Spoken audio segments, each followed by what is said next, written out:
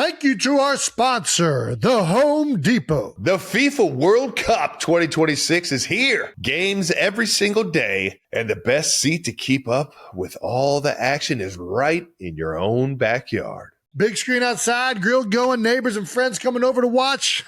Now that's how you host. As an official supporter of the FIFA World Cup 2026, the Home Depot's got what you need to get the backyard match day ready. That's right. Whether it's a projector screen setup, string lights, little patio furniture, the Home Depot will help you make your yard the go-to spot. And with fast, free delivery on over 2 million items, you can focus on setting up the ultimate backyard fan zone instead of making trips to the store. So, as we welcome the world to our backyard, get your home watch party ready with an assist from the Home Depot. To learn more, visit homedepot.com/FIFA World Cup 26.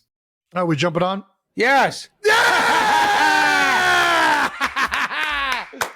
We did The it. legend. We made it We happen. did it. Yeah, boys. You always got the flyest shit on, dude. Everybody always tells you. I know it. This shirt here, I think it's been 3 days in a row I'm wearing it. That's the only thing I'm not good at is changing. You can wear that thing to dinner. You wear it to the courts. You wear that thing everywhere, man.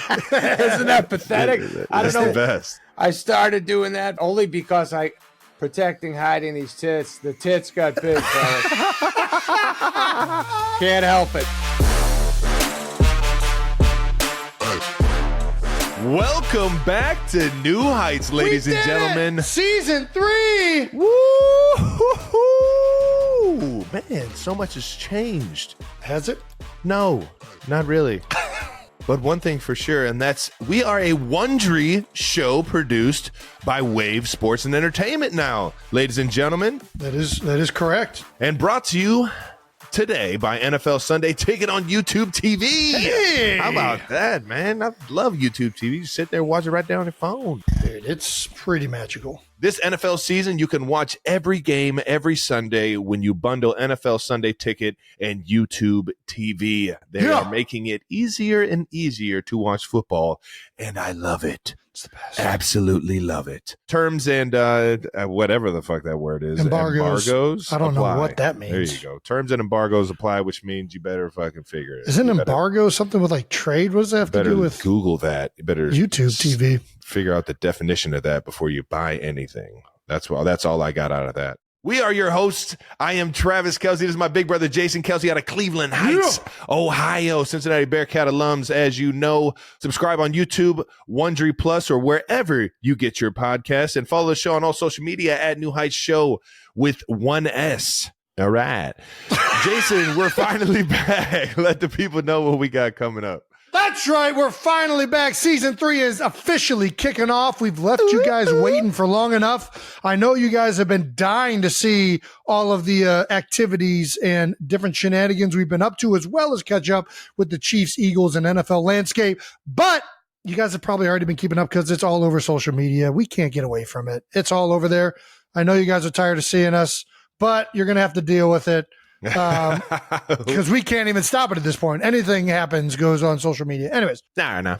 we're going to get you guys caught up on everything that went down in Paris at the Olympics that Kylie and I went to. Pat Mahomes inventing new ways to throw a football, in case you missed it. And we're also got an incredible guest coming on this episode. I mean, that's right.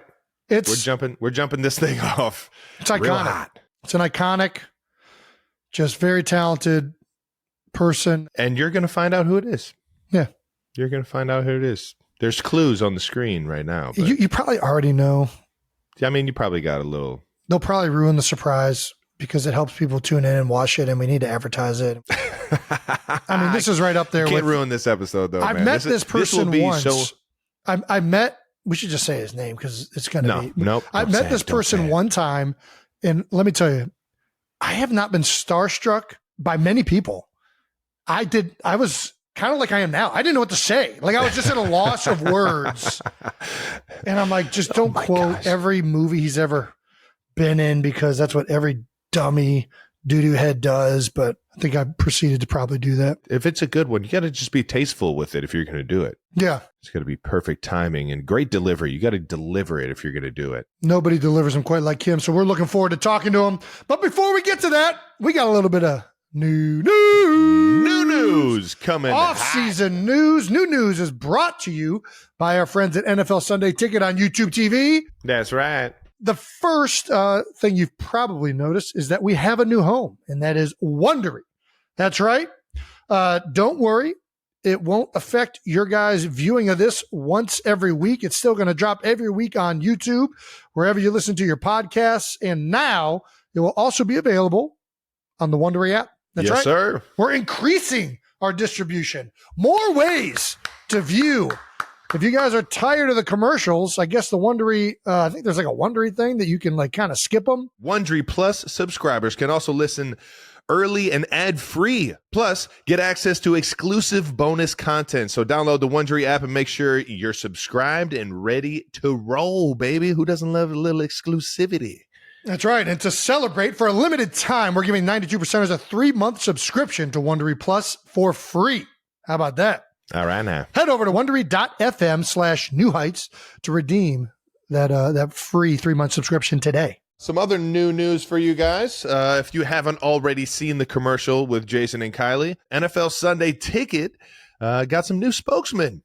How about that? That's right. Kylie is actually one of the most natural actors I've ever seen. Yeah. It's not as, I'm kidding. You're great. What was it like shooting this with Kylie for the NFL Sunday Ticket? No, I think obviously whenever you're doing something with somebody that you know, it makes it that much more comfortable. And for Kylie and I, we just kind of get to be goofballs together, and it's a lot of fun. You started to show that age? You starting to get bags under your eyes? No, I was just supposed to be like looking like eye black. I've never wore these things. Did it work? I was only doing it for the commercial shoot. Did you see the difference afterwards? It's supposed to be instant, I think. The under eye mass. Yeah. I don't know. Do my eyes, how do they look right now? It looks great, Jason. Nice. You look fantastic. It's very demure. No, it was awesome. It was a lot of fun. The wonderful folks at YouTube TV made it really easy. We are big proponents of YouTube TV in the Kelsey household. We enjoy it. We can use it anywhere, which makes it easier to run around with kids. And every once in a while, we're not a big screen time all the time family, but hey, sometimes you need a little screen time. It helps. And I just like it because I can watch sports, and I'm looking forward to the NFL season this year, being able to participate for the first time really with NFL Sunday Ticket. Oh yeah.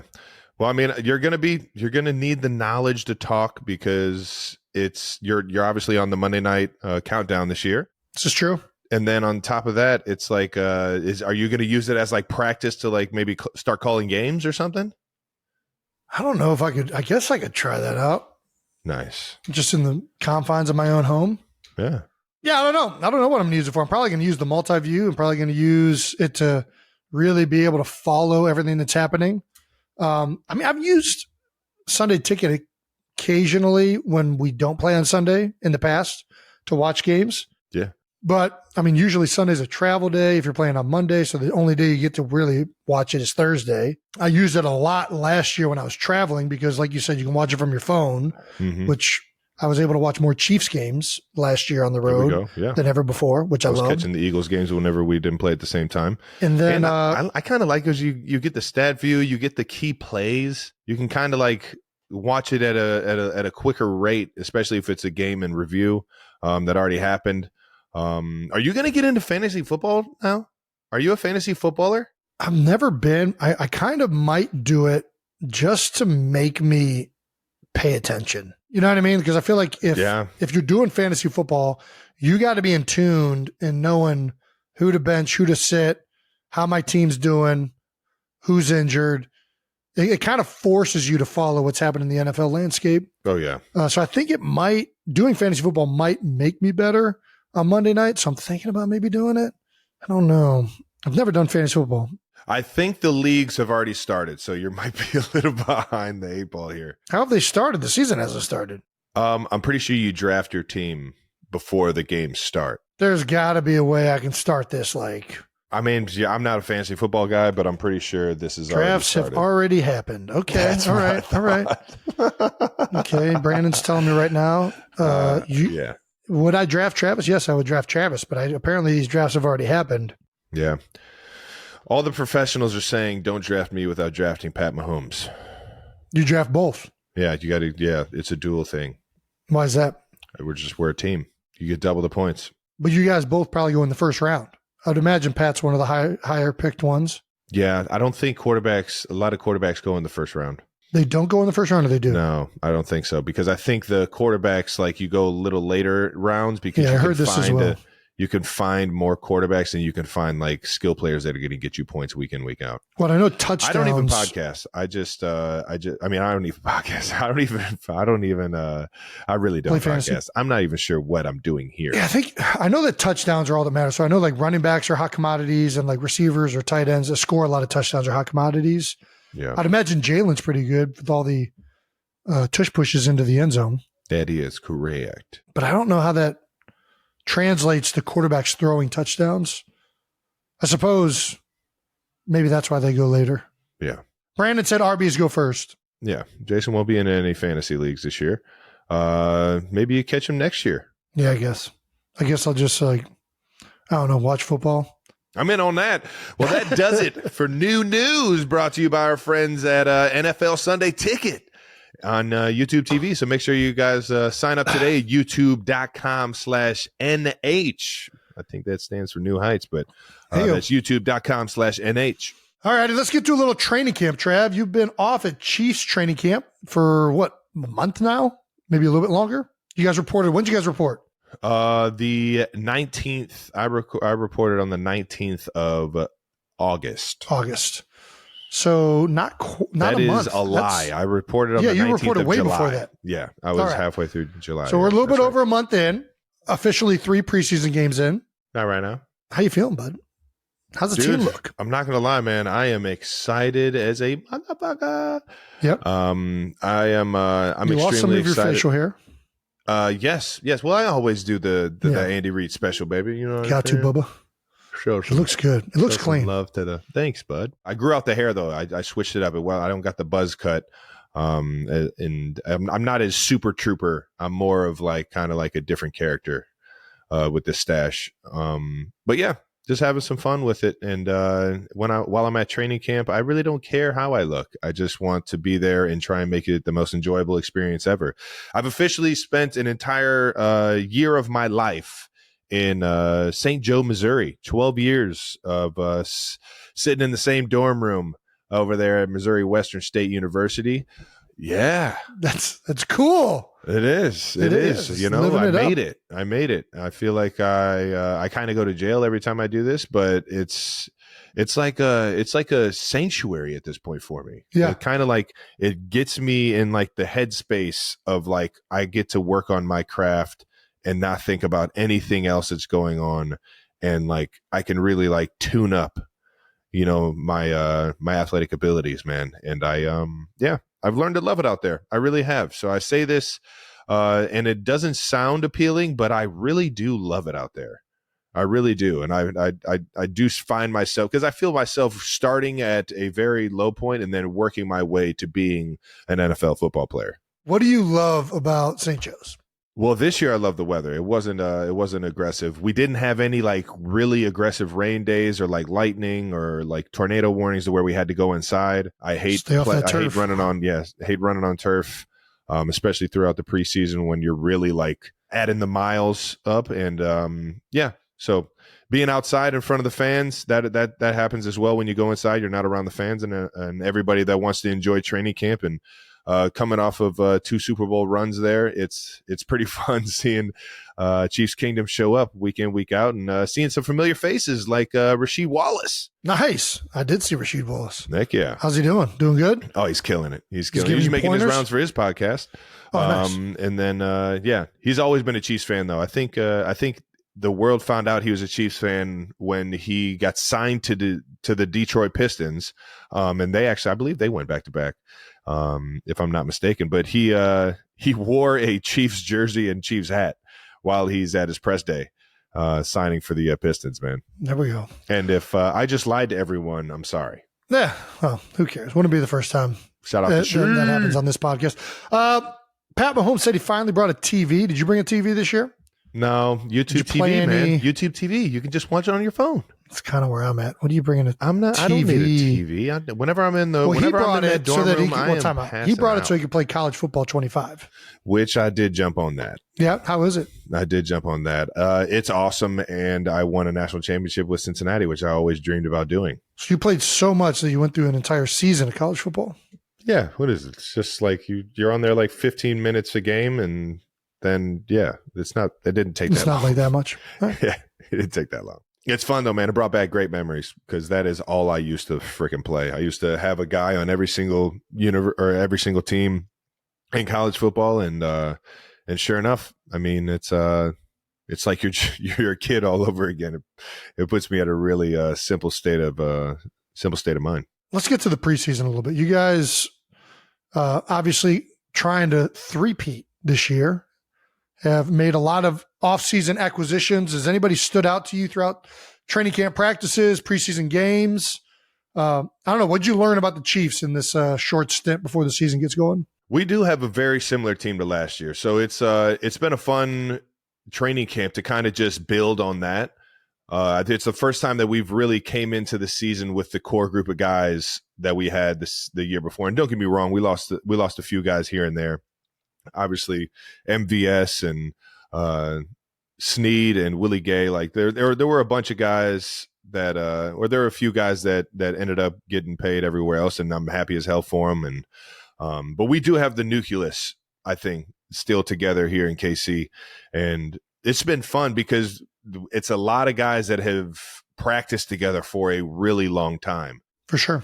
And when you have that, you have like a even better understanding of what they're doing on the other side of the ball. So now you have to get really creative, and you have to be on top of your fundamentals and like be on the same page as the person next to you, or on the same page as the quarterback, even more than you typically would, because you're nonstop having to go against a guy that kind of knows or understands what you're trying to do. Right. You know, so it's like when you talk about iron sharpens iron, it's like it's to the max. So I really feel like all the new guys that are coming in had to kind of like raise their level of focus and maturity, and a lot of the young guys did.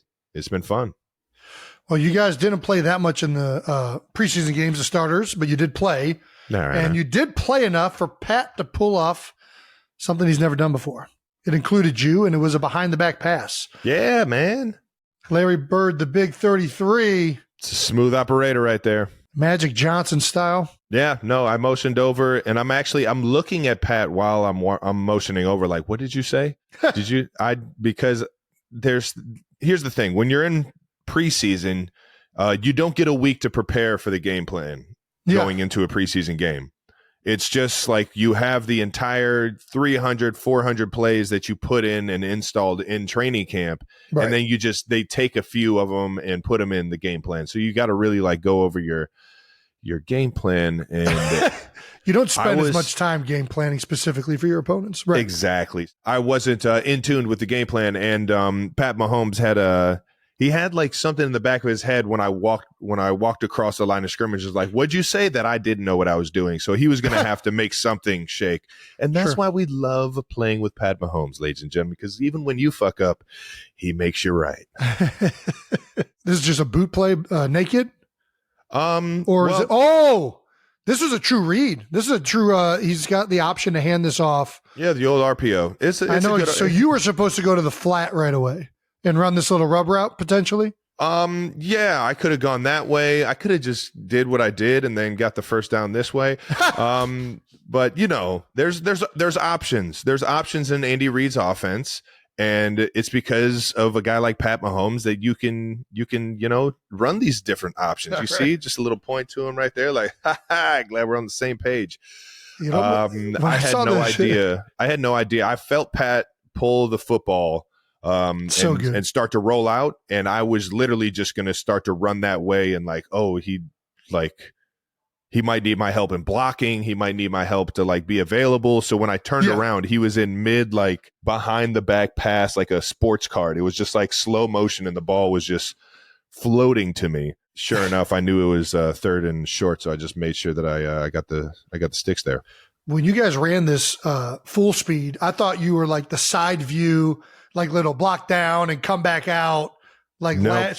now that I'm watching this, it is a completely broken play. What this is I like I said, I screwed this one up. I did not look at Coach Reed after this play. I knew he would have probably just come here, son.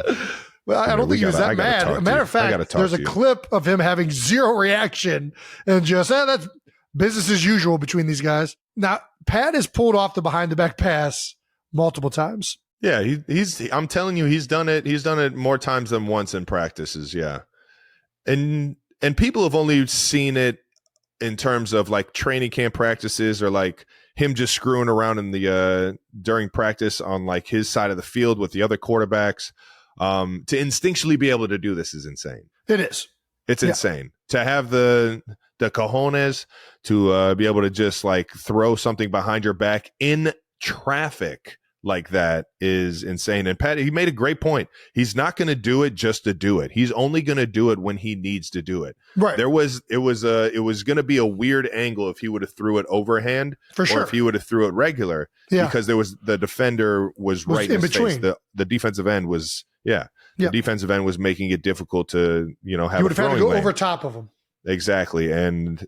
Yeah, with people around me, that might not have been the best pass. So for him to instinctually know that he has the ability to do that, he has the skill set to do that, and then to be able to do it in time, man, it's fun to play with. Yeah, that was insanely cool to watch live.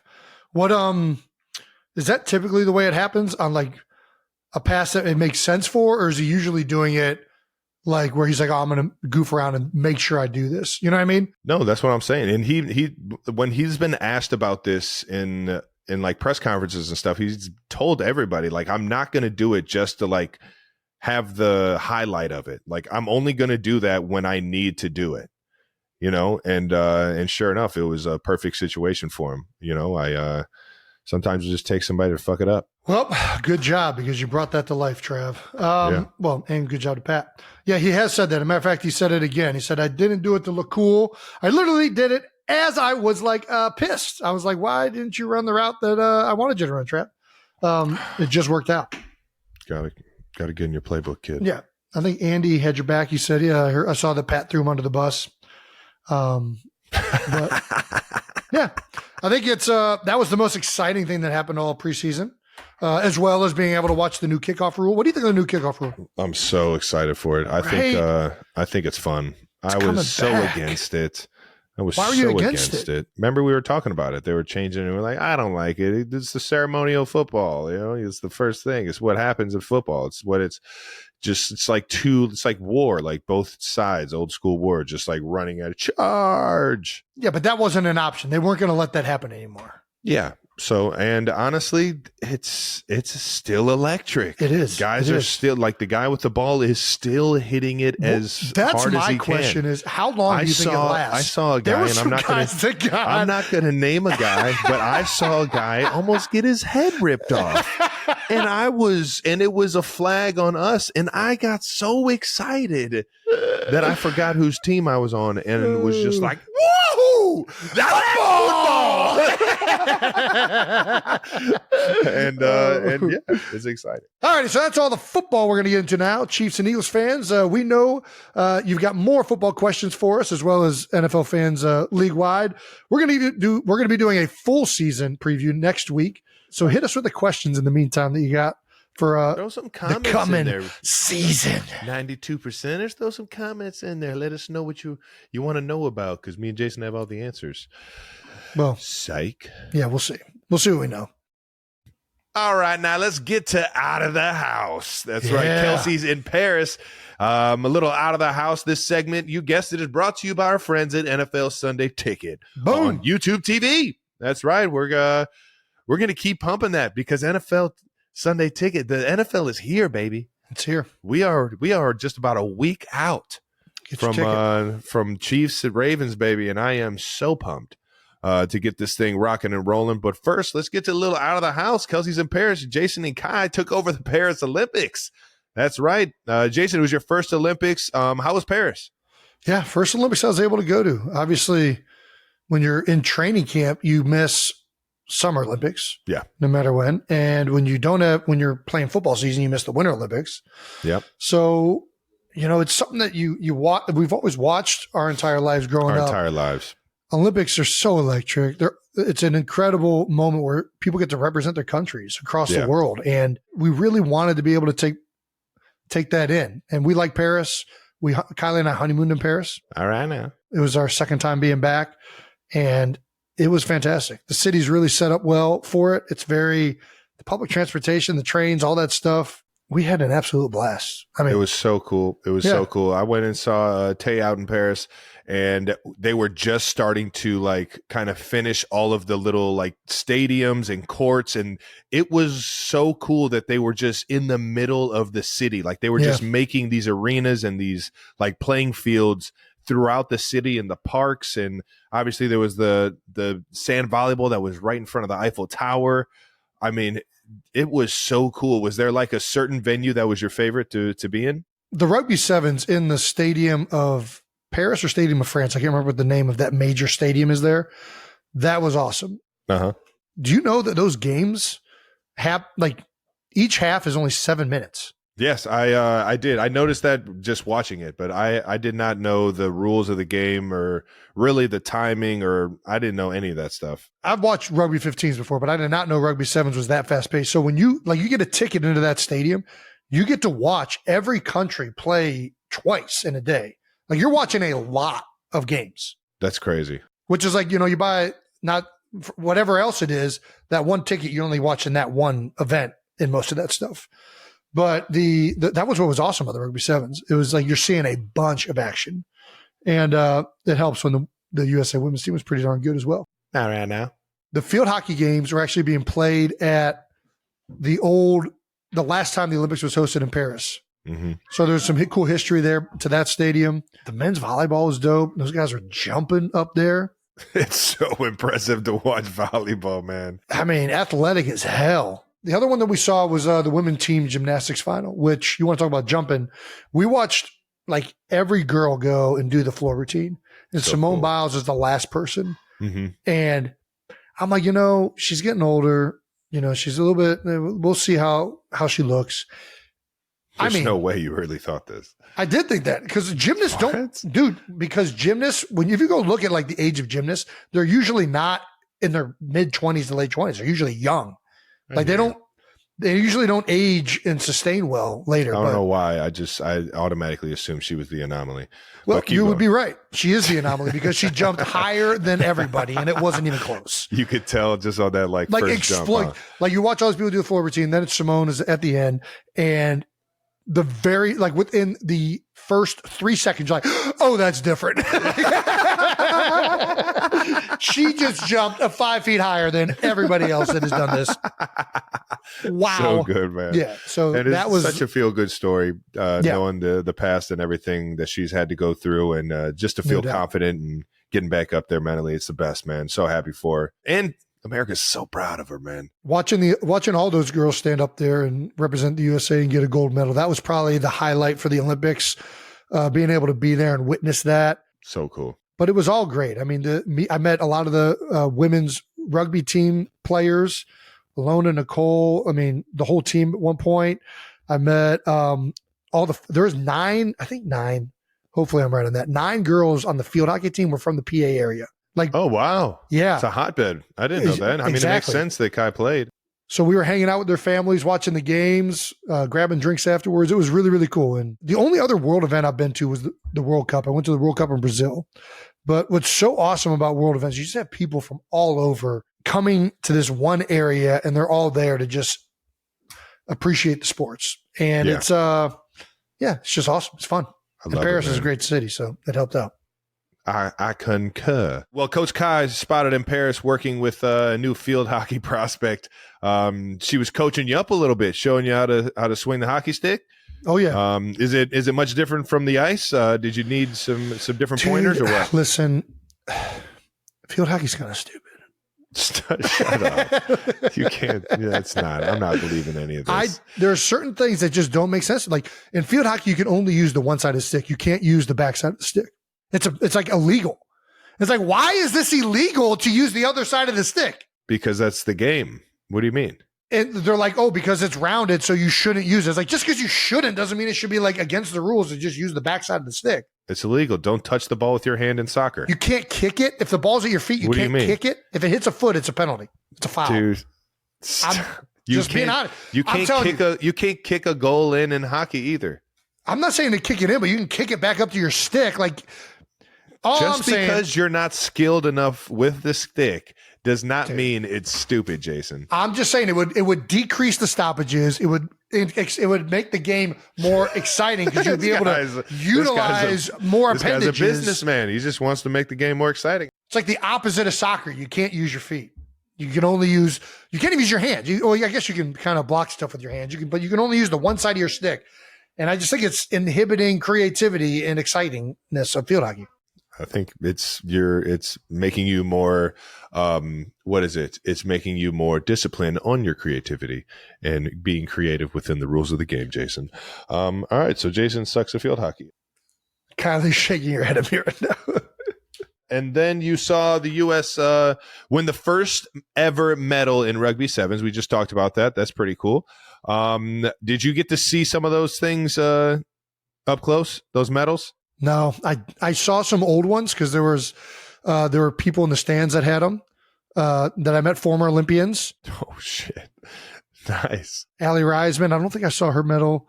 I saw at the rugby game, there were 2 former gold medalists that were rocking there. One was from Rio. Dude, I got to say this story. We're sitting there watching the women's gymnastics final. Subtle flex. We hadn't seen the kids in a while, and Kylie's, I think, feeling a little bit of like baby, like I'm missing my kids, right? And we're sitting there, and Kylie turns around and she turns back and she says, oh my gosh, there's a baby up there and it is so adorable. And I turn and it's fucking Michael Phelps holding his child. Phelpsy. I'm like, Kylie, Phelpsy. if you see Michael Phelps, you don't say someone is holding the baby. Like, what are we talking about right now? It's the most decorated Olympian in the history of the Olympics holding a baby. The number 1 athlete of our You decade. lead with Michael Phelps. Guy is funny as fuck for that. You turn around, you don't even see the baby. You just see Michael I was like, Phelps. are you It's kidding like, me? what? I didn't even realize he the had a baby is not in a his highlight hand. of what's happening over there. Oh, yes, it is. Oh, yes, it is. That's right. The baby's always the Phelps' highlight. offspring is exciting for Hey, America. that's fair. Okay, That's fair. exciting. That's a for fair point. America. Shout out to Michael Phelps, man. Such a good dude. I played some golf with him over there at the Wynn out in Vegas during Justin Timberlake's golf outing. Oh, nice. 8 a.m. golf. Awesome. But let's not get away from what happened out in Paris, Jason. Okay. What happened? You arm wrestled. I was asked to arm wrestle. I just want to put that out there. I was not. I did not instigate the arm wrestling. Yes, but at the same time, you agreed to do this. Yeah, I did. Hopefully, I'm saying this right, but you arm wrestled Nicole Heverland. Yes, I did. Yeah. Which had some saying maybe you were cheating. And we all know Jason Kelsey's mentality. Why is that? What am I cheating? How am I cheating? What do you mean? Everyone knows your offhand has to be free. That's not true. Watch What? any arm wrestling like sanctioned event. Their offhand is Sanctioned grabbing. event? Yeah, any legitimate Sanctioned event? No, it's any just legitimate arm wrestling event. Your offhand is grabbing something. They're not free. You're just making this up. No, I'm Pull talking up about a legitimate arm wrestling event and show me what their offhand's doing. No, it's just the respect of like a bar arm wrestle that you just don't grab anything else on the table. I have it's just never, strictly in that. I power have in that never once because now heard you're that. torquing, you're using core, and you're using more muscles. Everyone I'm just knows grounding this. myself. I'm just getting a better base. I'm not torquing anything. Leave it to Jason to move the ball forward a little bit on those tush pushes. Leave it to Jason to Listen, I'm going to cheat. If you let me round my wrist, if you let me round my wrist over, I'm going to do it. I hate arm wrestling. I really do. It's a lose-lose, especially when you're challenged by somebody who's smaller than you, because it's like, if you win, it's like, oh, cool, the big guy just won an arm wrestling event. If you lose, it's like, hey, you just got your ass kicked by someone much smaller who should not be beating you in arm wrestling. lose. But I get challenged by an Olympian. What do I do? I can't say no. Yeah, you say I'm going to politely decline because so, I like- have elbow. I have bones. I went for that. I sprinkled legitimately into went the for that. elbow. I said, actually, my elbow's kind of screwed up. And I could tell that Nicole was not going for it. And I was like, okay, You got to sell it. we're going to do this, aren't we? All right, let's do You it. got to sell it. And now I have legitimate arm wrestlers challenging me. Of course you do. There's like, I forget what his name is. You've seen him all over Instagram. He does like freaking weights with his wrist. And I'm like, dude, I'm not arm wrestling you, motherfucker. There's no way. There's no chance we're doing You this. think there's something wrong with your elbow until My you go elbow up against is that there. guy. No, there is something wrong with my elbow. I tore my growth plate when I was younger, and it has never healed. My Nice. elbow would snap if I went up. Devin Lorette. Shout out to Devin Lorette. Jason is out. He's terrified of you. Yeah, I'm not doing it. Well, let's just drop a poll and see, Jason, whether you guys, the 92%ers, we'll leave it to you guys. Did Jason cheat or not? It's as simple as that. I don't need a poll on this. It's not cheating. I do. I need one. I don't. So we're gonna listen. do it. You can't.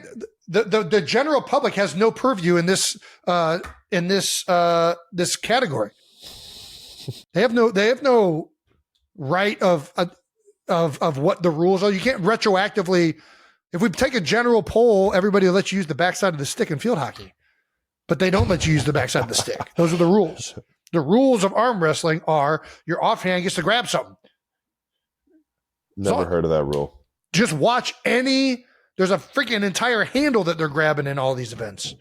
Dude.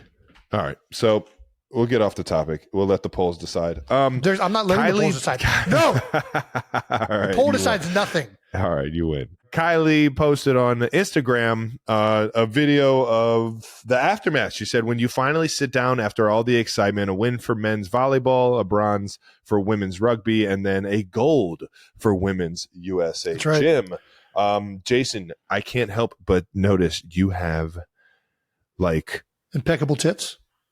that 100%. Your tits are impeccable. I am so jealous. I wish my tits sat up like that. No, you have what looks to be like a handball from. Is that a legit handball? No, it's either a volleyball. Let me see his picture. Is that a mini volleyball? Yeah, so they gave us like a little mini volleyball when we were at the men's volleyball game. Oh man, I Yeah. thought you got one of the handballs. I was like, No. dude, I got let's a rugby do ball. this. I got a rugby ball and a mini handball or a mini volleyball from men's volleyball. I mean, it was still pretty cool. It was dope. Well, I take it back. I legit wanted, like, looking back on it, like we asked the question, what event do you think we'd be good at? I think handball. My elbow's fucked up. Yeah, but I think I could be a goalie, man, because sometimes they just do the You got the flying reach. squirrel. Yeah. They just do the flying. Some of the goalies just do flying squirrel and Yeah, like throw their arms and legs they're at just it. trying to get as big as possible. Big. Yeah, They're No. doing the goalies in handball are doing what they tell you to see if you see a bear. Just get as big as possible. It's like, man, these goalies would scare the fuck out of some bears, but they aren't stopping a handball to save their life. It's like you score like every time. I like the cut off some of the angles, get out there, but at the same time, at some points, I was just like, dude, you guys aren't even going for the ball. You guys are just trying to get big. Yeah. And it's like, I think I could bring something to the table. Yeah. Playing goalie for the USA handball team. Not do- saying that the goalie for USA was bad. I'm saying all the goalies in general. I'm like, the techniques that they're being taught, I feel like could use a little revamp. But also never played the game, never had somebody throw a handball like that. Yeah, we've never done it before in our life. It's very, it's a little arrogant to think that you could go in there right away and be better than the best in the world, probably. But It's a little backyard football, backyard dodgeball. It's like there's a few other sports. we've done stuff like it. Maybe not exactly. Yeah. But I was super pumped. I thought that was a handball when I saw it. I was like, yes, he's bringing back it's like, what's the game in Quidditch? It's like the fucking, what's the little. Well, you're looking for the snitch. There's also just like the snitch. Bulgars or something like that, and they I forget what the ones are that you're trying to throw into the rings. All right, we didn't have to go into it. They got it after the snitch. I think Brandon's helping me out. Quaffle. Quaffle is what you're trying to get through the rings. All right. No, Anyways, I was going for the snitch. You were right. I want to start like an initiative, and now that I'm retired, I kind of have time.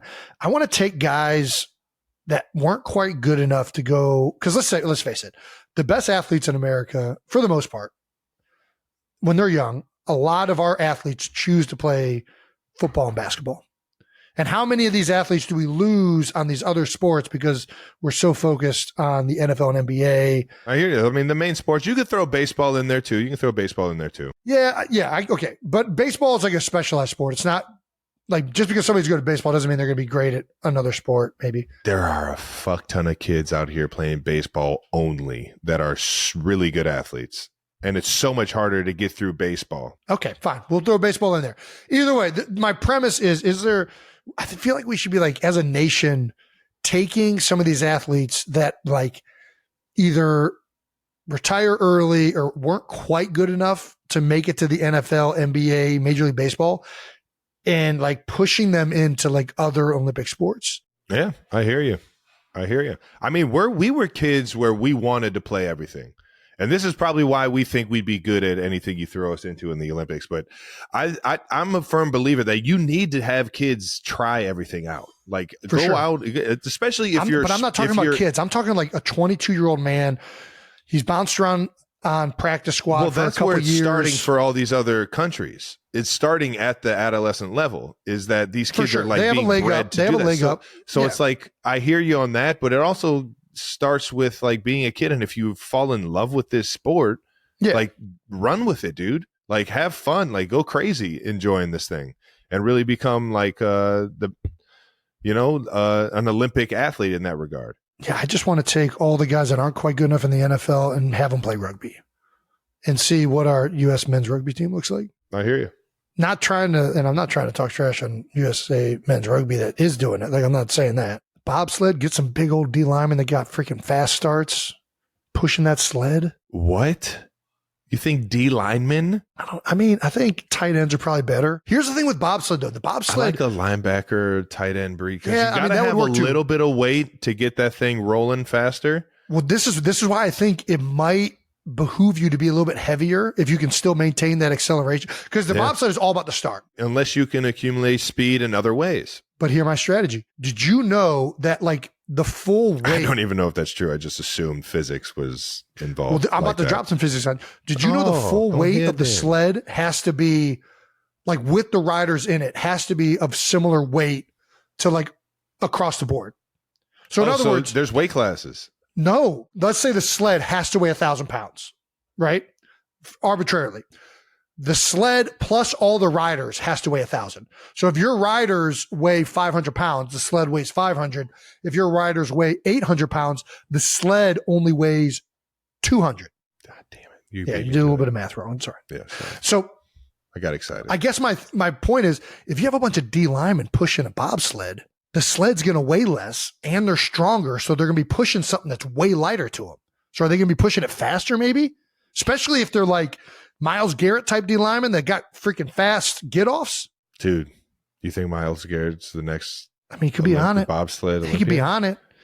He's got the narrow hips too. He's going to fit in the bobsled. That's my one question about like not getting those you shoulders. Get some of these D fucking, tackles, their asses might not fit in that. You're not getting motherfucker. those shoulders. That dude's shoulders are enormous. You can't even get through a doorway. He's so fucking. He's big. got some you wide shoulders. I think it's worth testing out. That's all I'm saying. I think it's worth testing out because in a bobsled, the majority of it is how fast you get that thing moving. Yeah, and then it's all on the driver. It's all on Maurice after that. Right now, you're John Candy and fucking Cool Runnings. Right now, you're John Candy. You're just like, give me some of these track athletes that are explosive and can get moving pretty fast and see what they can do. Handball. I mean, dude, can you imagine you get like some dude that like 6'10", wasn't quite good enough to get in the NBA playing handball? I mean, you got to be able to throw the ball. I'm talking about goalie.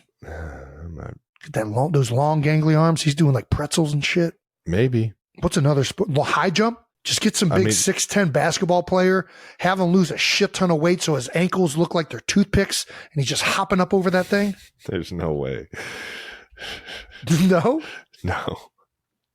I don't know why, no. Like what would Vince Carter have done in the high jump if he would have dedicated his life to the high jump? He was a 2-foot jumper. He could do. He was a 2-foot jumper. He could jump anyway. He definitely wasn't a Fosbury flopper. Could you imagine if he changed the high jump forever by just being a 2-foot jump? It's like watching those old school videos of the fucking Olympics where they're not even jumping on a mat. They're just like they're diving over it. All right, well, that does it for getting out of the house. The Kelce's in Paris. We loved watching you guys. I'm not going to lie. Being in training camp, watching the Olympics, it's always like a something that takes you away from the prison that you feel like you're in when you're in training camp. And I absolutely loved when I got to just turn on the TV and they made a quick shot over to two of the most proud Americans that I know, or two of the people that America loves the most. And it was awesome to see you and Kai out there enjoying it all and soaking in a few gold medals, or just medals across the board for USA. Let's get to some no dumb questions, because there's no dumb questions, ladies and gentlemen, just dumb people like myself. This might surprise you, but no dumb questions is brought to you by, that's right, our friends at NFL Sunday Ticket on YouTube TV. How about it? Good job, YouTube TV. It's a beautiful thing. All right. Well, from Cam Webling17 on It Looks Like Twitter. Welcome back, y'all. What's your favorite thing that you guys have done during this break? Jason, you went to the Olympics. That's got to be pretty cool, right? Yeah, Olympics is, dude, we went to the top of the Eiffel Tower, which we didn't do last time, which, dude, it's fucking scary going up in that elevator. You're looking out and it's not a lot. I mean, it's just like a frame. So you're seeing everything. It was built so long ago. And it's creaking as you're going up. Like it's like, don't love that. It was, I don't want to do that. I was trying to play it cool and I did not play it cool. And Kyler was making fun of me, which I deserved, but it was scary. Yeah. Not gonna lie. Heavy man in an elevator that creaks. Fuck that. Great view. Worth it. But what did I do that I can talk about that I did during the break? I don't even remember when we stopped. So we stopped. The first thing we did was went to Tahoe. That was the first thing we did. Oh, yeah. Nice. Tahoe was a blast. I always have so much fun in Tahoe. They gift wrapped a karaoke victory for me. You got right off the plane and went straight to karaoke and bow. A little biased, fucked up the first verse, but it ended strong. That's what happens when there's karaoke and no words. I guess. Oh, you know what it was? It was getting Jason on the roulette wheel, baby. Oh, yeah. He's in, ladies and gentlemen. I got him addicted to the wheel. He can't get off. He is rolling. I'm not a big roulette guy still, but if I'm with Travis Kelce, I'm playing roulette because he's a fun time at the roulette table. Both Kai and Jason were killing it on the roulette table. I'm not a big, I'll go to the casino, but the casino is always about who you're with, whether you're having fun. 100%. Which leads me to the next point. Do not be the shitty one at the table, guys. Well, do not be a table ruiner. Or just like a downer. As a downer. Yeah. As a downer. You could be bad at the game, but you got to bring good vibes. All right? It's all about the vibes in the casino. Everyone's control of their own success to an extent. Blackjack, a little different, but the roulette wheel, you're in control of your own success. So it's like the person next to you, don't do this. Don't be the guy that if it's a table win, everyone's like, all right, I guess I'll give you a fist pump. It can really ruin an experience for somebody who's hitting on every single number like Jason was. I was hitting our anniversary.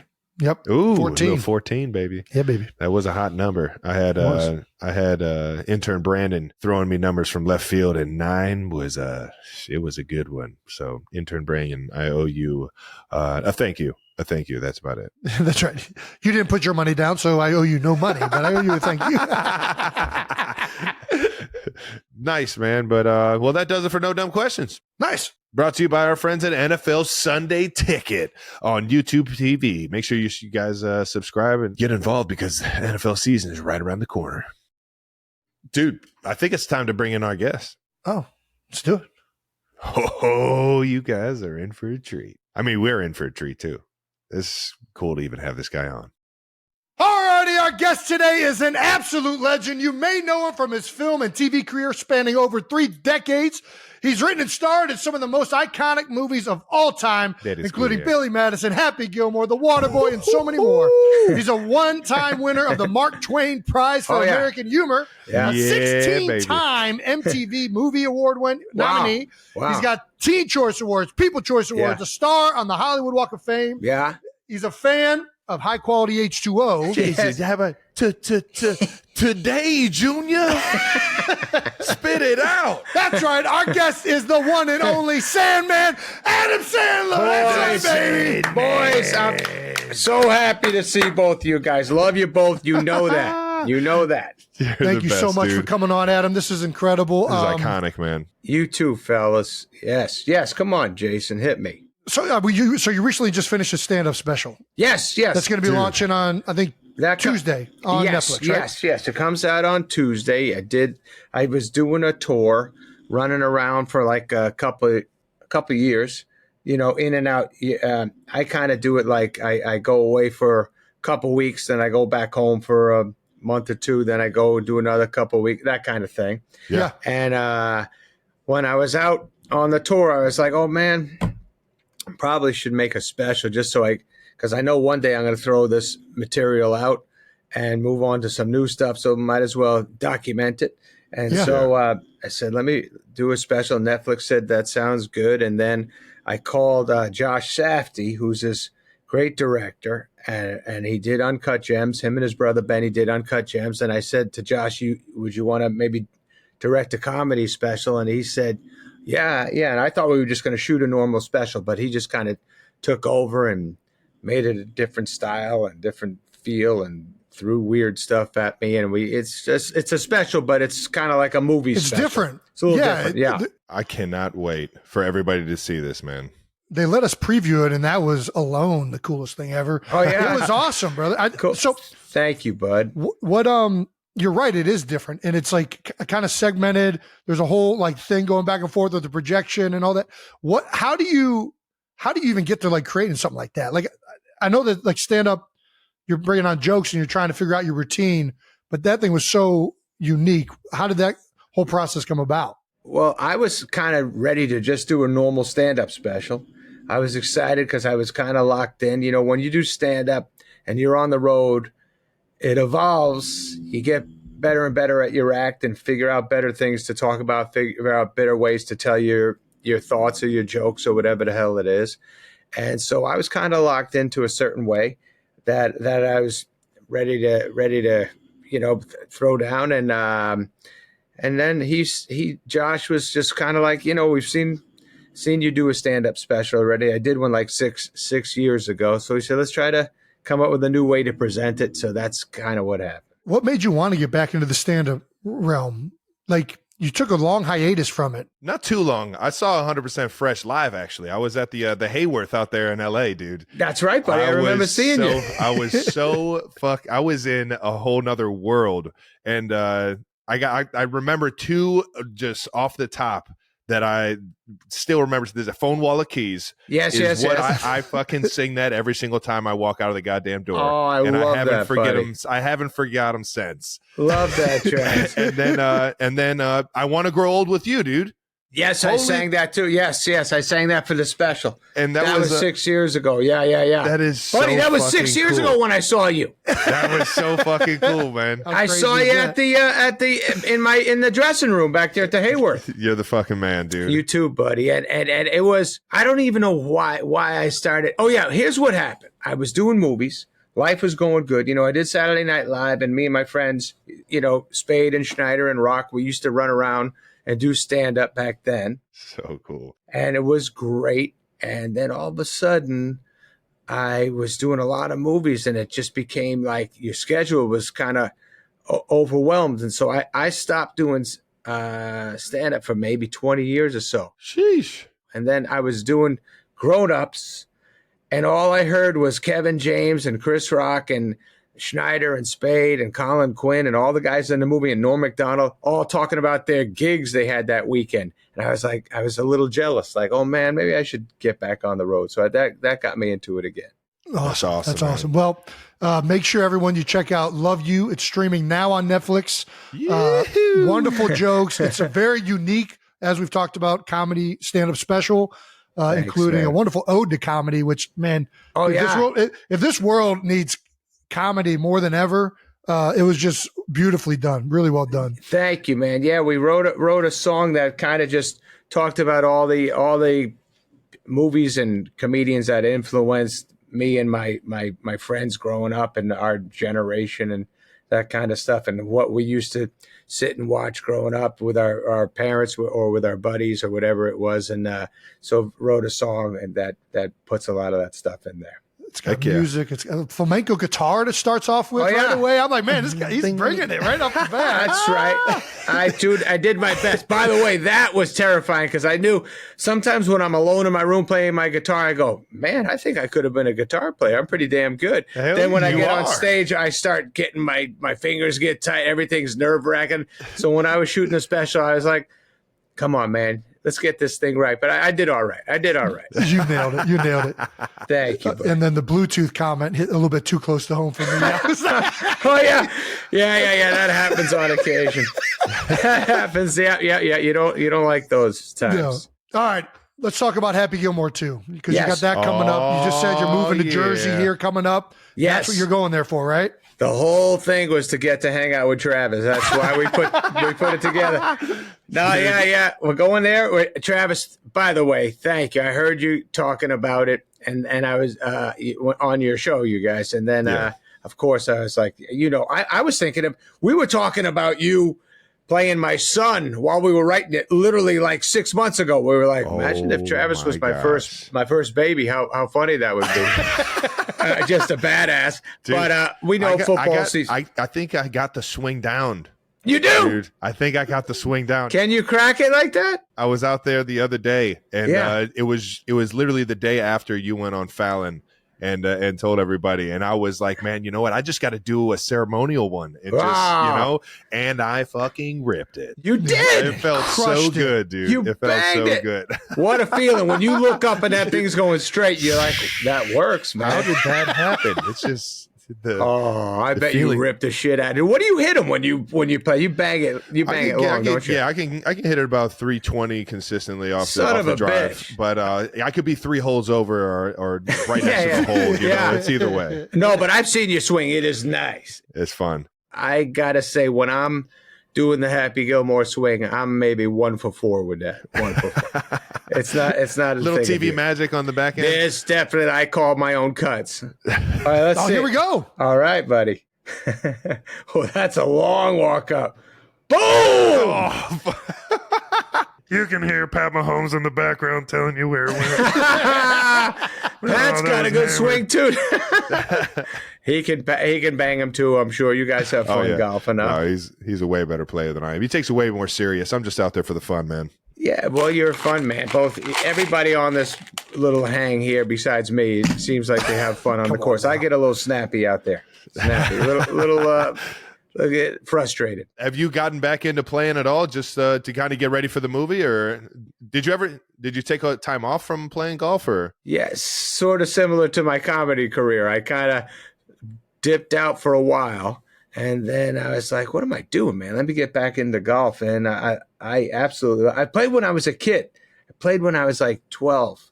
And my dad was awesome. My dad was a really good golfer. He'd shoot in the low 70s. I still can't do it. I can't get it there. Holy cow. I can't get down low. I've had a good 9.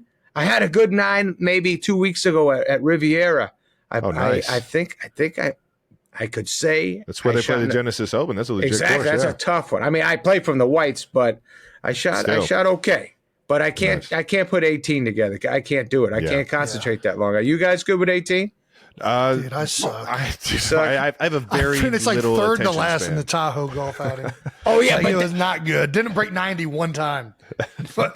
I hear you. That's kind of my spot too, around 88 or something. I'm good. Probably playing 18. When it gets to like 18 3 days in a row, I am just cooked, man. I am cooked, and my swing is all over the place. I'm not made for 3 days of golf in a row. That's a lot of thinking. I can't stay still for that long. Like right around hole 6, I start going, what the hell am I doing here? What happened to my life? Do they have burgers on the turn? What are we? Yeah. Once I eat at the clubhouse. That's so funny. When I grew up, my dad, there was we used to play at this one place, and I think it was hole 13. They used to put out Polish sausages and hot dogs and stuff like that. And every time I ate there, my father would go, there it goes, game over. He's going to stink now. I'd be like, no. And I would just eat too much and just get in a little coma and be staring. My father would be going, why did you eat that, you moron?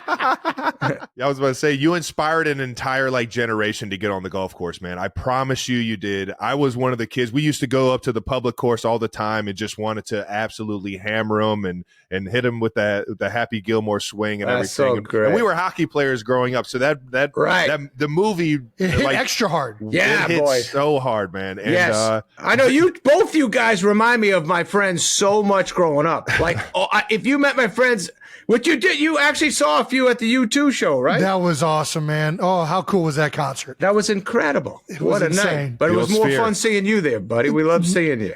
No, that was like I was telling Trav. I've told him before. I told him, reminded him again today. I have not been starstruck like much in my life, and seeing all of you guys next to me, like the entire ensemble, especially you, it was like, man, where the fuck am I at right now? That was cool, man. it's insane, man. I was like, I came here to watch you two, and I saw every person that I ever looked up to, in all of the best shows, all the best movies. Like, it was so cool. It was awesome. Thank you, man. Well, we love seeing you too, bud. We talked about you flying home that night. Anyways, that was a fun time. But both you boys remind me of exact dudes I hung out with growing up. And you two guys, the guys, they would protect me. I was a little bit of a wise guy, and I had a couple of boys like you always around, making sure I didn't get beat up too much. Man. Was it, Jason, speaking of kind of like being in a room where you're like, how the fuck did I get here? Was there ever a moment like that early on for you where you're just like, how did it happen so fast? How did I get here? Yes. What is this? Yes. I'm sure. I don't remember anything. Saturday Night Live, that kind of did it to you. Every week you'd meet superstars that you grew up with, Dan Aykroyd, like all the original SNL cast. We got to meet so many of those cast members, and then just comedians we all loved growing up. Then rock stars, we got to meet Paul McCartney and Bruce Springsteen and everybody we talked about. All of a sudden we were in the room shooting the shit with them. It was incredible. That's awesome, man. Before we get off Happy Gilmore, though, I'm actually curious. I'm not familiar with how the original thought process of the movie came about. Oh, okay, yeah. And I'm pretty curious. Was it just you just messing around on a golf course and it kind of connecting the dots, or what? It was my dad. Like I said, he liked golf. We used to go to the driving range a lot, and I had a great friend, Kyle McDonough, who ended up playing pro hockey. A great hockey player. In New Hampshire, it's a big hockey town. Oh yeah, hell yeah. Yeah. So Kyle came out with me and my dad, and he didn't play much golf, but he was banging them. We were young, maybe ninth grade or something like that. And he was banging them. My father kept saying, man, you hockey players, there's something about your wrist or the way you turn or something like that. And I just was like, I think I was in college or finishing up college or just maybe 23. And I thought, man, that'd be pretty funny to see a guy with a hockey mentality have such a big hit that he gets on the tour. And I remember calling my dad and telling my dad about it and going, what do you think? And he was like, yeah, it could be pretty good. We'll see.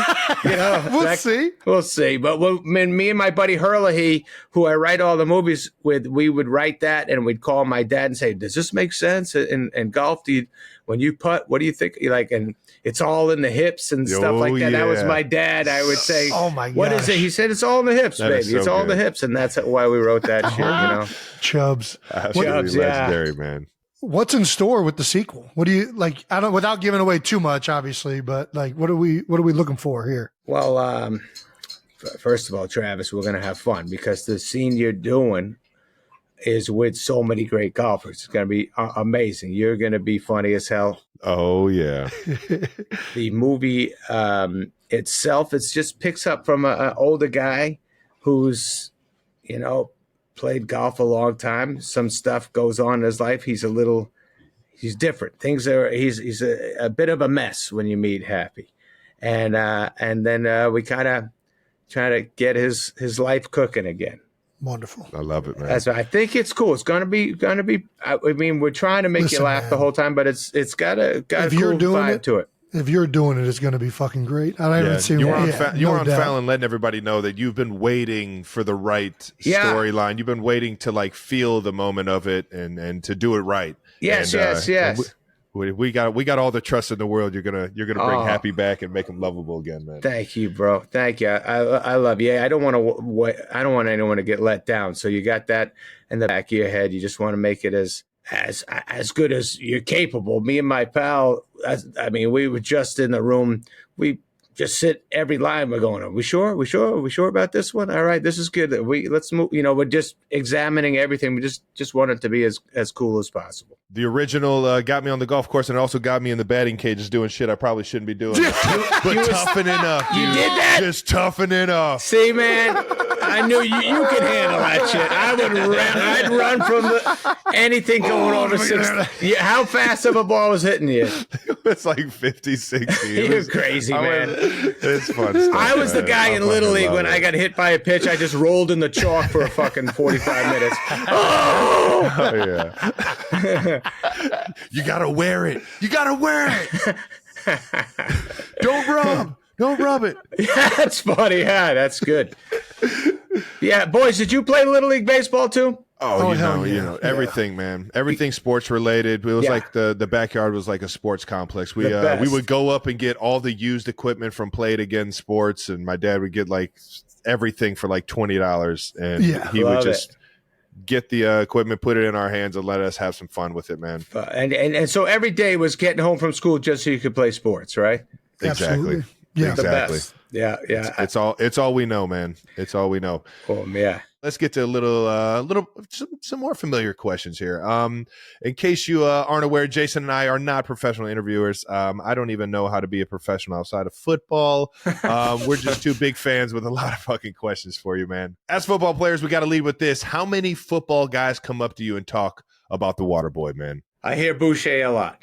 I'm very proud that I got to be Bobby Boucher. I have I've met a lot of great NFL fellas who have talked to me about Bobby and Bobby's mama and foosball, just foosball, making baby. sure mama don't find out I'm playing foosball, that kind of shit. We have Did you play growing up? I played Pop Warner till 12.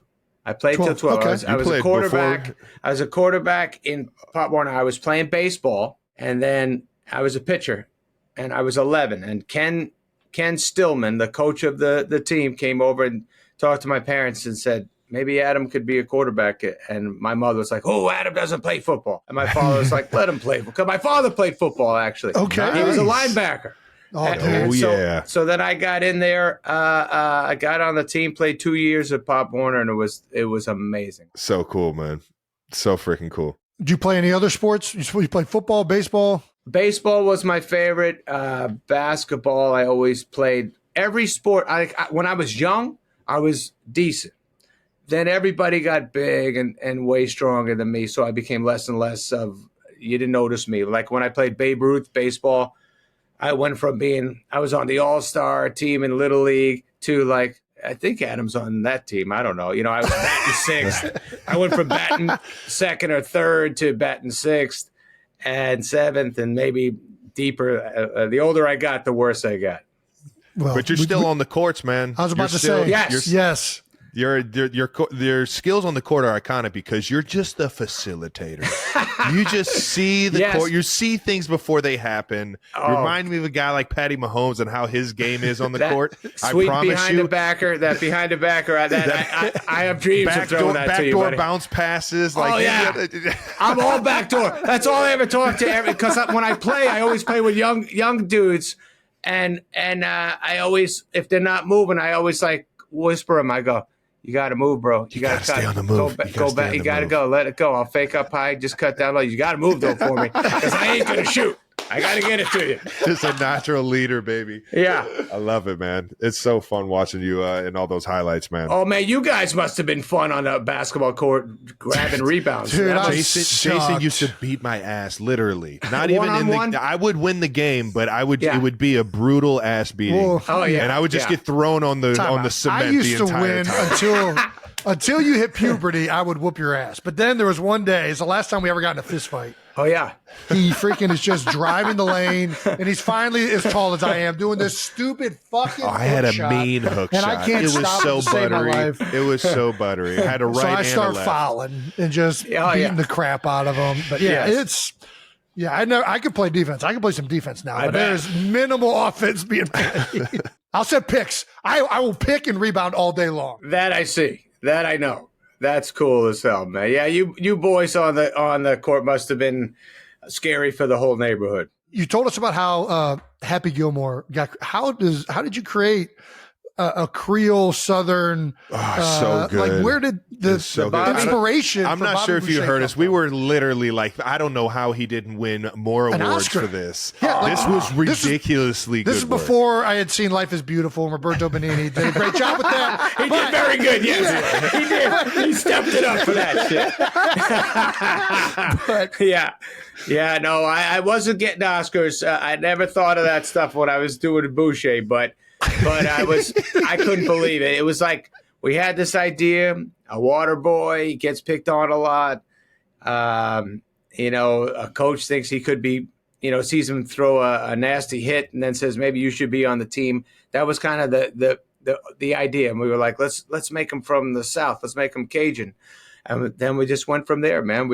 I don't know how it happened. We just filled out a script like that. So good. So good.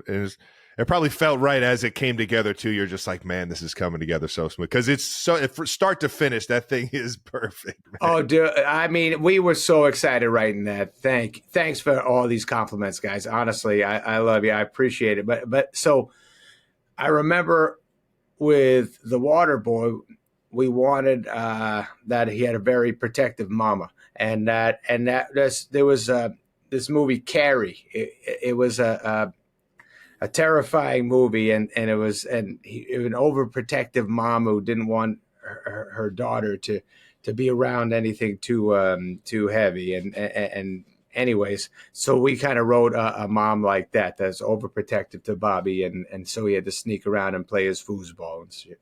It's so good, man. Yeah, the breadth of which, like, you did SNL, the comedy era that you were a part of was just so strong. It almost makes it unfair for modern day comedy, man. well, I mean, I watch these young guys now, and they're incredible. I love so many young comedians. I really do. And the Saturday Night Live cast after ours, in the beginning, when you first leave, when you see the next cast, you're like, hey, what about us? We were this and that. But the older I got now, I'd watch every cast. I'd be like, fuck, these guys are incredible. And the men and women on the show, and the way they handle themselves, I was like, oh shit, man, I wish I had another crack at that, because I'd do better next time. I like these guys.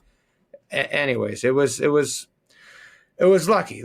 Our era, we were all best friends, me and my buddies, just like you guys are with your teammates, and now we get to watch the youth be funny. Do you have any like skit? Like, what was your favorite sketch, or the one that you think is like the most underrated from your time in SNL? I mean, honestly, fellas, you guys both did the show. You guys were great. I saw you that fucking weekend. Insane, Right, Travis? dude. When you Heck came yeah. back, I was telling you how fucking great. I mean, you were You're so the man, dude. cool, confident as appreciate fuck that, man. out there, funny as shit. You guys, honestly, you guys remind me so much of my boys growing up. That's why when I saw you on the show, I was like, fuck, it would be like if my friend Dave Kinnear hosted the show. It was just kind of like cool fucking dudes who know everything, know comedy, know sports, know everything, know how to be decent to their families. I fucking loved watching you out there. Just channeling my inner Sandman and Farley, baby. There you go. Yes. Oh my God, you would have loved Farley. He would have loved you guys, man. Farley was fucking great football player, by the way. Heck yeah. Yeah. Heck yeah. Little Marquette rugby too, baby. Exactly. And ready to fight, by the way. A couple of drinks in, he was ready to go. Ready to throw down. All right. For sure. It was honestly kind of like when he had a couple in him, we were like, calm the fuck down, bro. Let's not do this. No one else can fight like you. So good, man. I like it as sauce. Yes. That was one of my favorite ones, dude. Oh, you like it the juice. The juice is good, yeah. That was good. That was this guy, Robert Smigel, who's one of the fucking greatest of all time. He's a great writer and a great performer. He plays Triumph the dog, the insult guy. Heck yeah. That dude, he wrote so many great skits, and So cool. he wrote the juice skit, and we got to walk around and go, "You like it, juice? Huh? Yeah, you like, huh? That's good. I get you do it smoother than me, bud. It's so I good, forgot man. how to drop it in there. It's the best, man. How many times do you get quotes told to you, it's got to be just nonstop? We get it a lot on the streets of New York. They scream some shit at me. Does it get old? No, it's always fucking fun. It's always nice, like shit when it comes at you that you. There are things brought up to me that I go, what the fuck is that? I have no idea what it is anymore. And then somebody would just remind me when you was on your album when you said this and this, and I go, fuck, I don't remember saying any of that shit. Actually, last night my daughter's watching 51st Dates, and she's like, Dad, come watch. I go, I don't need to watch me. And she's like, watch this. Look how sweet you are. I go, all right. And then I told her, I go, I got to be honest with you. I remember Drew saying all that stuff. I don't remember me even talking. It's like I look back at this shit. I don't even fucking remember scene to scene. I'm like, oh, we did that? I don't even remember that place. I'm getting old, boys. Have you been someone that like you like to watch everything that you have? Or I mean, I'm sure nowadays you're so engulfed you're in the edit and like directing it and everything, right? Yes. I've done that so long now that once we're done and the movie comes out, I probably don't watch it for a few years. If it's on TV, I'll see it for a minute, but that's usually it. You stay with shit for like a year. You go, all right, I don't need to fucking see that anymore. Yeah, I can't really watch anything that I do when it's being recorded, but I have so much goddamn fun doing stuff like SNL and just like the comedy stuff that I don't need to watch it. I was so fulfilled doing it. That energy, yeah. Yeah, the energy is just so fulfilling that I don't want to ruin it by critiquing myself. I know. You definitely. You can look at your shit after and go, oh, I thought I was better than that. What the fuck was I doing there? I got 100%. A lot of that. Believe me, I got shit from when I was young that my kids show me. I go, I don't want to know that fucking exists. Holy shit, that was insane. I watched the monologue because that was a moment that I wanted to remember forever. And like I just being on that fucking stage was the cool. Being behind that door and being on that stage and being in that studio was just so iconic. And you fucking walked out like so relaxed, man. How about being behind that fucking door, dude? And you should have. And your heart's pounding through your chest like, holy shit, it's happening right now. And just Travis, don't fall down these fucking steps. Do not fall down these steps. You are live, dude. You are live. And your brother was there to help you too. Exactly. That was nice. I was about to say you should have seen him in the first rehearsal. I was there the day before watching him kind of get ready, and he comes out that door and he like starts choking up. And I'm like, there's nobody here. This ain't live. Like, what are we choking up for? Yeah. And he was saying exactly standing behind that door, seeing the signatures, all of that, it fully hit him. And it's just like such a moment. So totally. Jason's been beating my ass off my whole life. So I'm a crybaby anyways. I get really, I'm engulfed in when I'm in on something, I'm so fucking in on it. And it just took it over, man. Yeah. It just took me over. It gets you teary eyed. I had some of that. I hosted the show again, like around 6 years ago, and same kind of feel. I'd walk around on a Thursday, 2 days before the show, and then I was getting teary eyed and looking, and so many memories and so many greats that have been there, and musical acts, and fucking, you just think of when you were a little kid and all the shit, all the joy that place has brought you. It's the best, man. Yeah, you're in there forever now. Both of you guys got to kill on that shit. I love it, man. You more than anybody I've ever watched has it's not that you stayed the same. Like, I know you've evolved, but you've been so authentic in everything you've done. Like from SNL to the movies, to stand up, the one that just came out, like between what you wear, the people involved in it, like it's all just so authentically. How have you, I don't know. Has this been like, how do you do that? Same way as you guys are doing your lives. Same shit. You feel comfortable with certain people.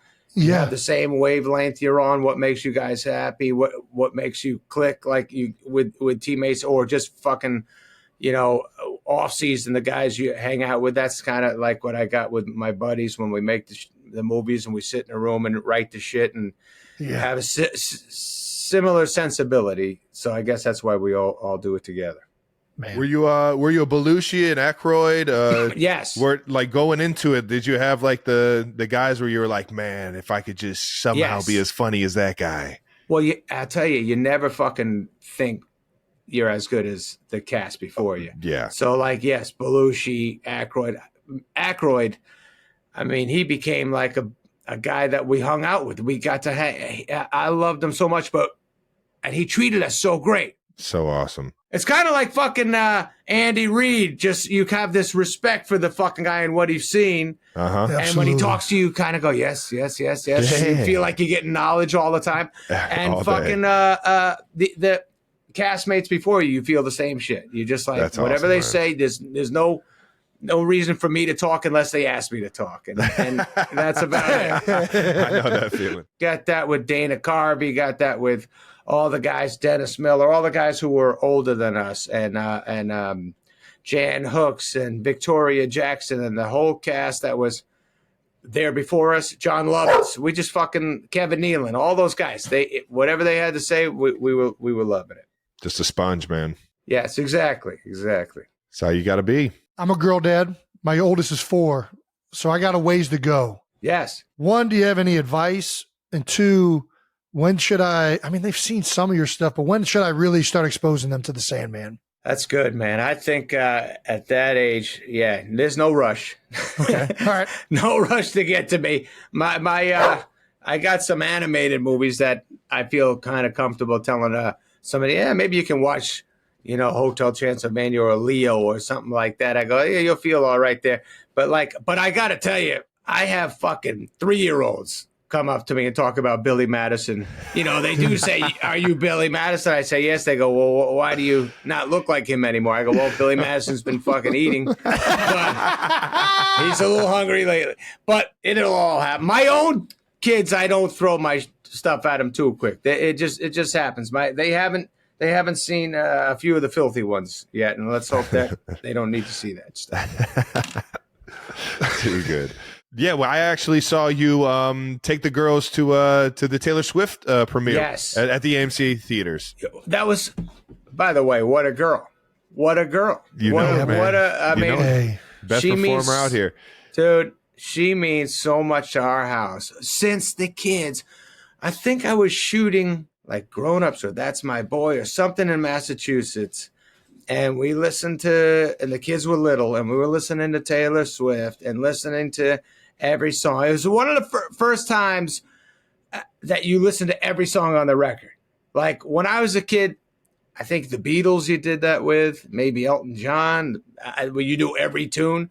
Oh, yeah. Start Taylor, to finish. when we start to finish, Yeah. It's not like 3 hits and you go, all right, let me skip. Fucking Taylor in our house, every tune, they knew every word. I loved listening to her in the car. I loved what she had to say, every message, every melody, just the production, how cool she was, what she meant to young girls, what she means to women, what she means to guys doing the right thing in life. Throughout the years, Saturday Night Live saw the kids there, took her time, hung out with them, and then at her premiere for the movie, she talked to the kids and talked to them about their movie. They did this bat mitzvah movie, and she talked about what she liked in it, and she just floors my family. So cool, man. Floors them.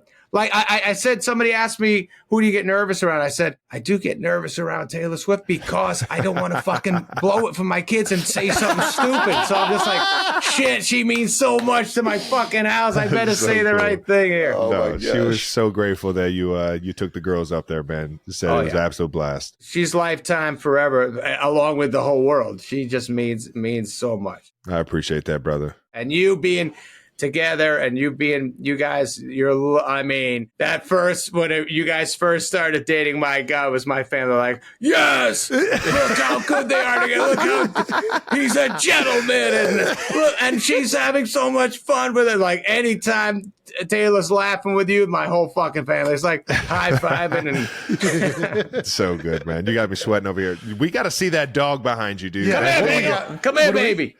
Say Time hi out. to, Did to you the just boys. say Come that here. dog's name is Bagel? Yeah, Bagel is. That's such a good name. That is such a good name. I've had a bunch of bulldogs over the years. I've had a meatball, matzo ball, pickles, and this is a babu, and here's a bagel. But Bagel's ignoring me now.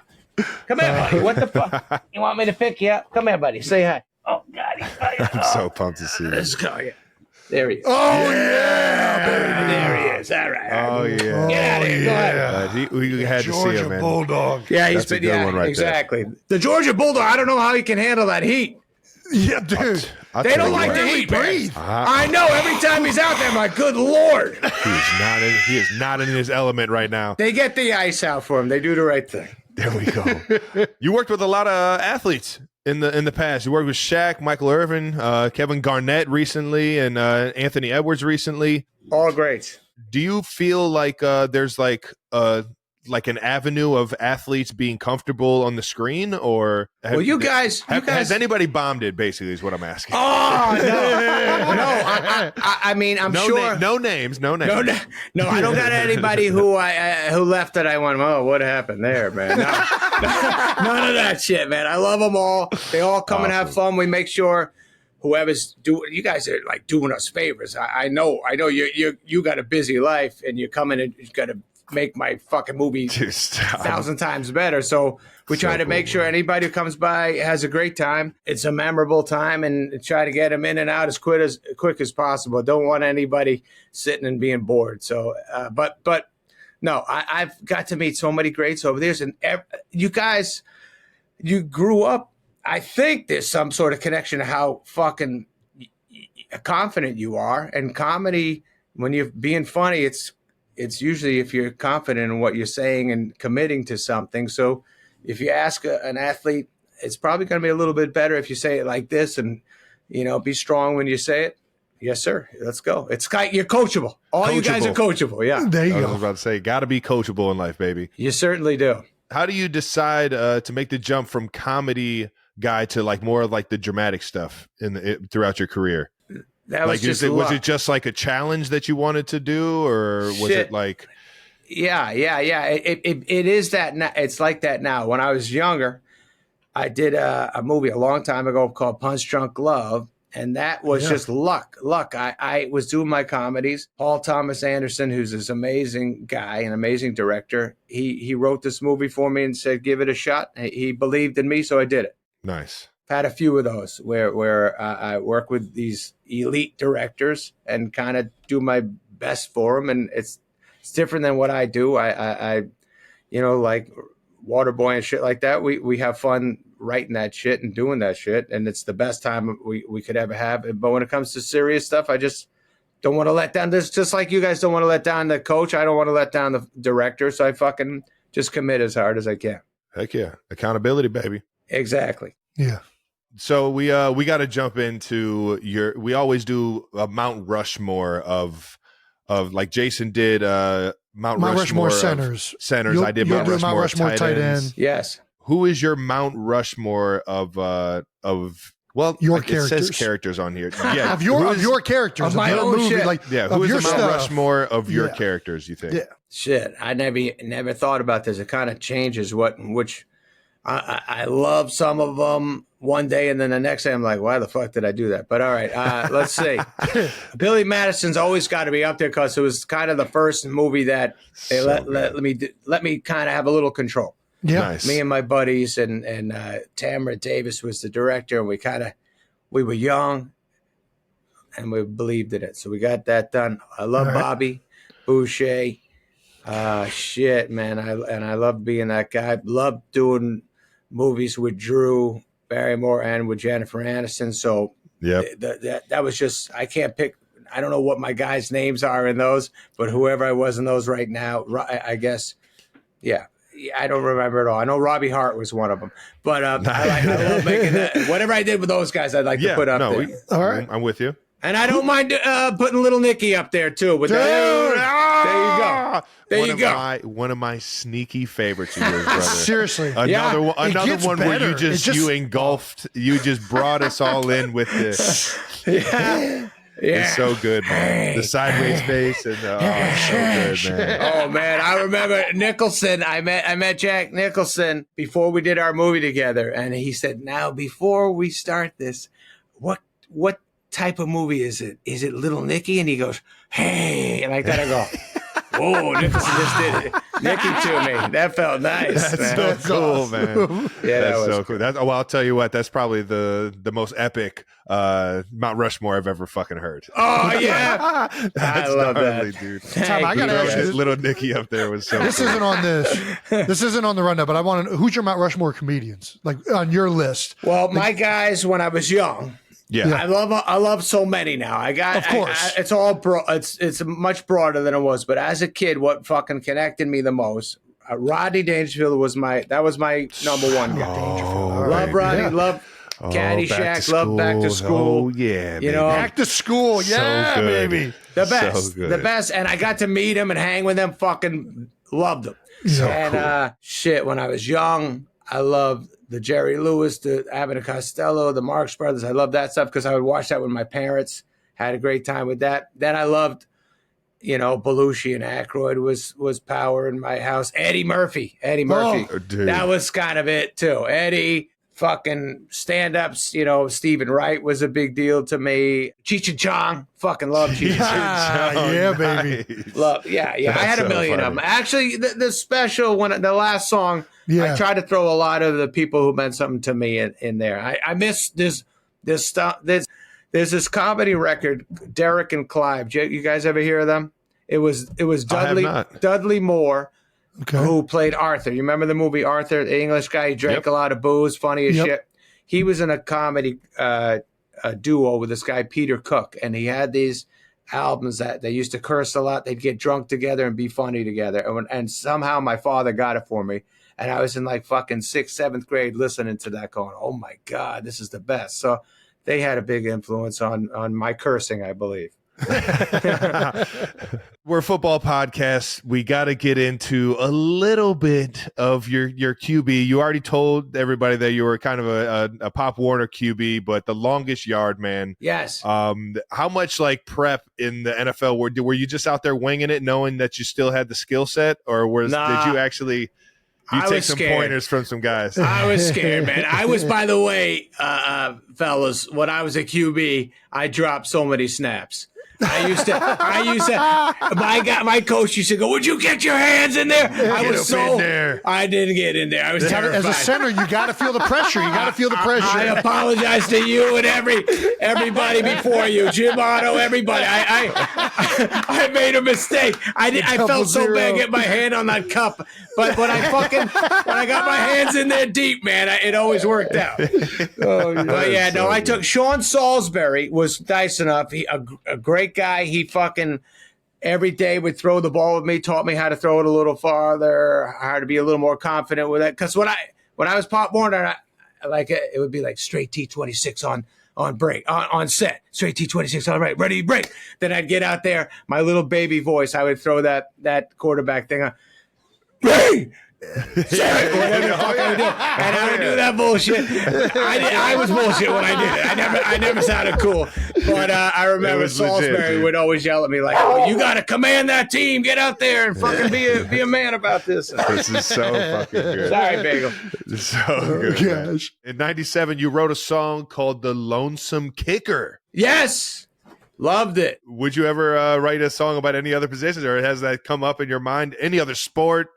Like that or what, man? Shit, yeah. I mean, if something fresh comes up, for sure, man. But we did fucking have the best time. NFL Films helped make a video with us. I got to hang out with a bunch of Steelers, Cordell Stewart, the bus. Yeah, they were all in the video. We hung out there. I've had a lot of dreams come true, but I met a lot of you dudes, and I love you all. You're the best, dude. Thank you. Well, let's get to some no dumb questions with the Sandman himself. I'm ready. The segment is called No Dumb Questions because there's no such thing as dumb questions, Adam. Just dumbass people like me and Jason. Would you mind helping out with just one, baby? Please make me a part of it. Let's do this. All right, from Hey Buck Nasty, whatever that may mean. Out of all the movies that the Sandman is dropping, we still want to know what's happening in Bobby Boucher and Vicky Valancourt's life. Did Bobby ever make it to the NFL? Oh, yeah. Well, first of all, the good news is Bobby saw Vicky's boobies and he liked them. Loved them, actually. Loved them. He said but in that moment, he loved them. He loved them. And thank you very much, Vicky Valancourt, for that. He did go to the NFL, I believe. Played a couple of years. Mama wanted him home. So he had two good years running around with the teams, saw some shit he probably shouldn't have seen. Things got a little crazy on occasion for Bobby, especially when they'd go to Vegas. And then he made himself back to Mama and just fucking, it's better off in the It's bayou. a beautiful story. Yeah, it's a beautiful story, baby. We had to at least figure out what happened, baby. Yeah. Thank you. And that wraps it up with no dumb questions that's today. enough. And man, honestly, Adam, we can't thank you enough for jumping on with this, brother. Oh, you are the GOAT of the comedy that we grew up on, and I can't thank you enough, man. You shot me the text after SNL, and it was like the full life circle moment of seeing, just feeling like I'm a part of something as cool as the Sandman. So I appreciate you even jumping on, having some fun down memory lane with us, and everybody, make sure you check out the Netflix special he's got coming out, man. Appreciate that. And boys, on your end, both of you, so fucking happy for everything you guys got. All you've done. Congratulations, Jason, on I know you're going to have a great time announcing and doing a new start. You kicked so much ass. Yep. The fucking speech you gave when you guys won was unbelievable. The funniest. Dude, the best. The best. You're everyone loves you, and Travis, so fucking great watching you dominate out there and just bulldoze and soft hands and just a stud. Always in the right spot. I don't know how the fuck you get so open, or when you're not open, it doesn't matter. He's going to get it to you. You'll make shit happen. Man, both you guys.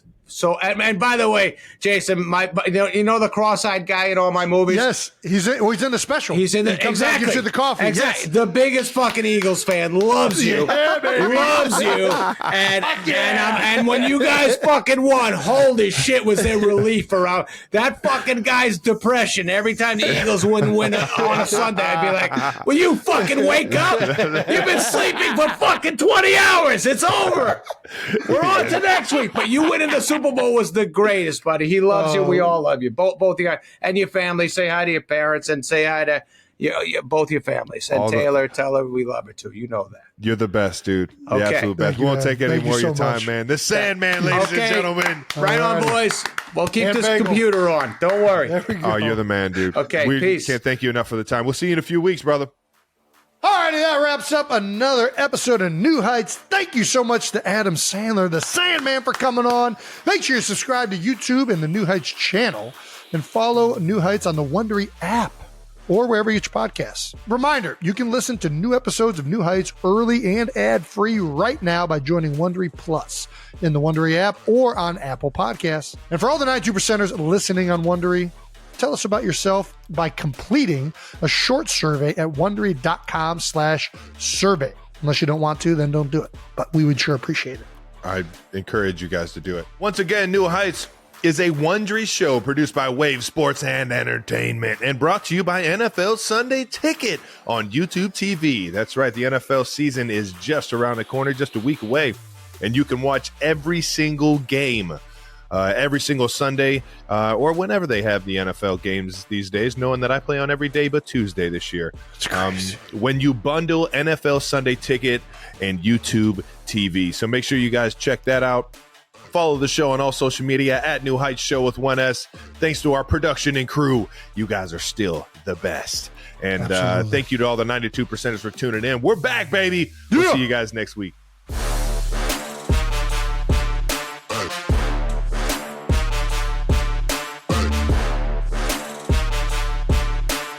And that was the first time I've ever, oh man, Dog's going crazy. Gophers at the door. Gophers at the door. I think that might be Kai's back with the kids. So we might Nice. get a little action. Baloo! Bubba! Hey! It's Ed Kelsey all over again. Come on. He has no idea how much he sounds like him either. Bubba! Hey! Hey! Come on. Don't make me get up! Trying to do a podcast, Baloo. Be considerate, Baloo. You're not the only one in the house.